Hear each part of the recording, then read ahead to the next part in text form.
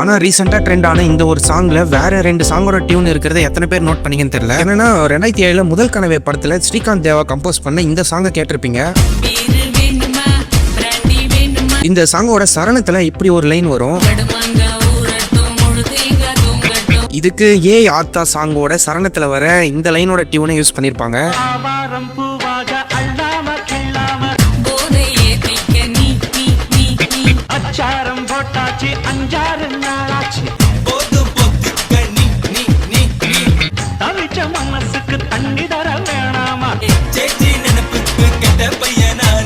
அடுத்து இதே சரணம் முடியும் போது இப்படி ஒரு லைன் வரும்.